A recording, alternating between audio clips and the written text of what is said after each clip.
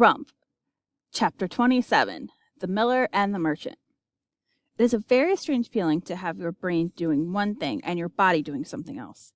It was like my mind was attached to some bizarre creature, and it was carrying me away captive.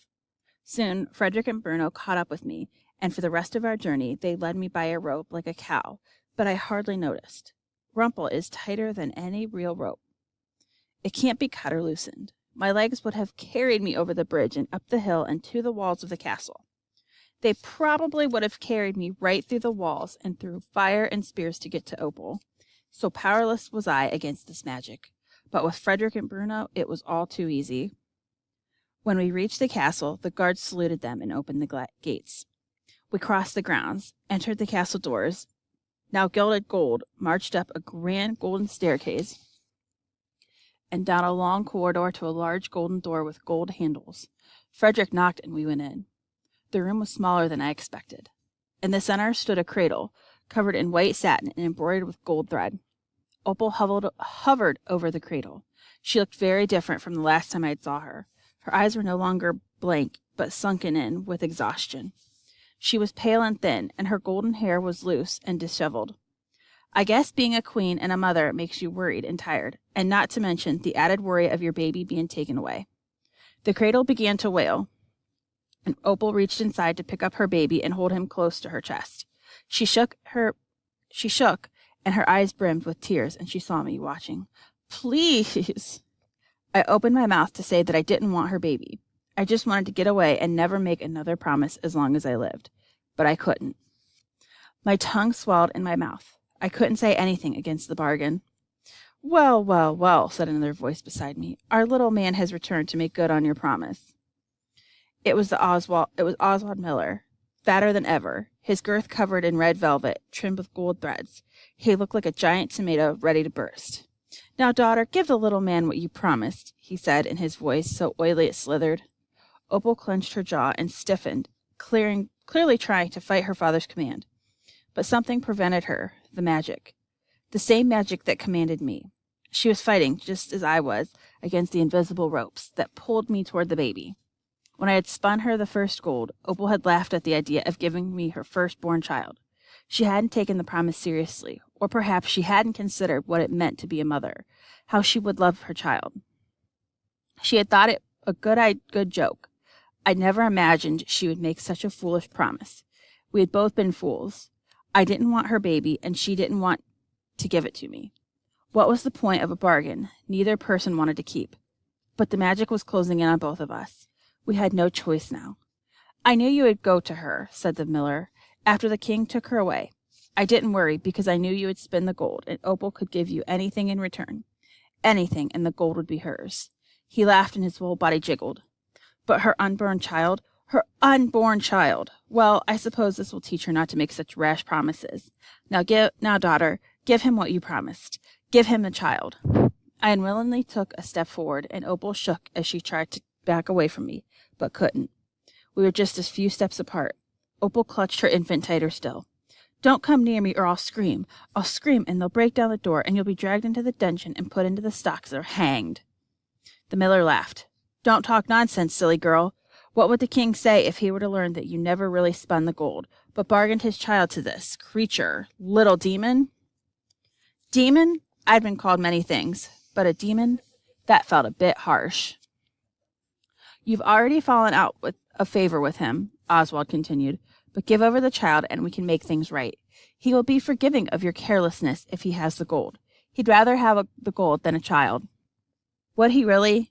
People often say that the king loved gold more than anything, but certainly not more than his own son, his heir. No, he wouldn't. He loves our son," Opal protested. "It doesn't matter," said the miller. "You made a promise. He spun you the gold. The child is his." Then I saw that the miller understood the magic. It was like he could see the invisible ropes pulling at me. He knew, perhaps he had known all along, that I had to take the baby, and that I had no control. But there was something else in his eyes, a malicious pleasure, as if he were enjoying the suffering, and it was only the beginning. He wanted me to take the baby so he could inflict more pain. The miller clasped his hands over his belly. "Now let's get on with it, shall we? We have so much more interesting things to discuss than babies." The invisible ropes pulled tighter, and this time Opal was the one who stepped forward. If I reached my arms out, I would be able to touch the baby. Opal was trembling. I'll give you all the riches in the kingdom. Anything you want. Please don't take my baby. The miller scoffed. He gave you all the riches you have. I hated to admit it, but he had a point. And you shall have plenty more children when we are through. Only take care not to bargain them away. The miller's voice turned harsh and cold. Give the child, girl. Please. Opal broke down and cried, each breath coming out in racking sobs. I was filled with pity for her. I fought as hard as I could against my next step. I thought of my own mother, holding me close as she whispered my name in my ear. Had she meant to bestow such a mean fate upon me? Did she want for me to be tangled in all this magic? All because of a name. A name is supposed to be your destiny. It's supposed to give you power. But I was utterly powerless. My name told me I was, and I didn't see how I could change that.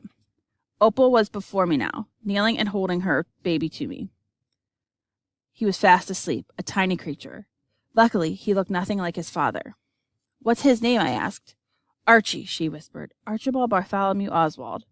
And she sobbed more after saying the last two names. I couldn't blame her.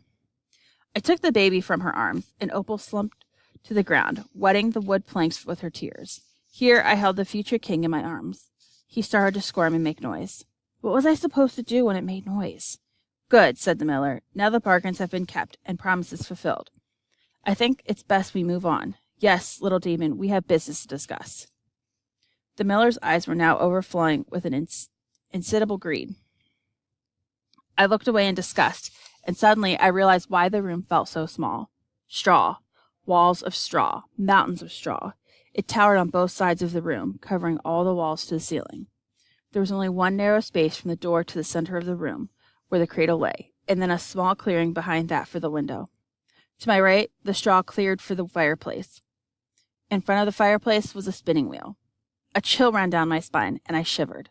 No, I said, never again. Oh, come on, said Oswald. I think you rather enjoy making gold. Gives you a feeling of power, usefulness. Your mother felt the same. He grinned wickedly. My mother? But she... Oh, yes, he said. I knew of her gift. I met her long before she came to the mountain. I believe I was the first to benefit from her skill, as I shall be the last. How delighted I was to learn that these things can be passed on. My insides went cold. The floor tilted beneath me. You are the merchant, I said. You're the one who made her spin all the straw into gold. No, I never made her. I believe she was rather enthusiastic, and we always struck a bargain. It was always a fair trade. Straw isn't worth all that much, you know. I was rather generous, really. He rubbed his immense belly. But then she ran away to that blasted mountain. Thought she could hide there in all the gold. But I caught up to her, and a good thing, too. Provident even. The miller had just died with no sons to carry on his work. I was wealthy enough to buy the mill, and I think your mother was glad in the end. I dare say you're alive because I kept her so well fed after your father died. And aren't you grateful? You probably wouldn't have been born had I not bargained with her, the poor soul. It's a pity she died. He gave out a long, exaggerated sigh. But I did hope that her son might show a little bit of the same promise. So I waited. I was patient, and you did not disappoint. Frederick and Bruno were charged to keep an eye on you, and how delighted I was when my sons came and told me that the outlandish story that you had a pile of gold in your cottage. It was all too easy to get you to come begging, and then you became quite greedy. Wanted more food than anyone else. You didn't even share. Shameful. And then we had the blunder with the king. Yes, he's a bit more attentive than his predecessor when it comes to the gold being traded in his kingdom. I should have known. Ah, well, things turn out better than I had hoped. What, with you spitting for Opal? And now she is the queen? Opal remained curled on the ground, sobbing. But we are not through, you see, little demon. Though Opal is the queen and I am the lord of the mountain, the king is not pleased with her lack of performance these past months. Of course, we have made our excuses with her delicate situation, but that is all past. And so it has become necessary that we please our king, and perhaps ourselves a little more. He chuckled, running his hands over the straw. I hated him. Rage gathered in my stomach, burned in my chest, making my heart throb. He was the demon. He was the reason for my mother's sorrow, her entrapment, and her death. All my troubles had begun with the miller. I'm not spinning any more gold, I said. Really? Said the miller, amused. The baby began to cry in my arms, and Opal wailed too. I think I've got all I can handle, thanks. I backed away. He could hold me here forever, but there was nothing he could offer me that would make me spin a single straw into gold. Nothing. But you haven't heard what I have to offer, he said wickedly. A chill ran down my spine. I just knew it was going to be something awful. I didn't want anything. I'm not spinning. I started to back away with the baby in my arms. Better to stop here. Just take the baby and leave. But Frederick and Bruno grabbed my arms on either side and held fast. Oh, I think you'll reconsider in a moment, said the miller. It's such a good bargain. For your gold, I shall give you... He reached behind the stack of straw, and the whole pile shook, as though an animal was struggling to get out. I shall give you your friend unharmed. The miller pulled out a girl from the straw, bound and gagged. One of her eyes was black and swollen, but the other was wide, burning with a fierce, savage rage. Red.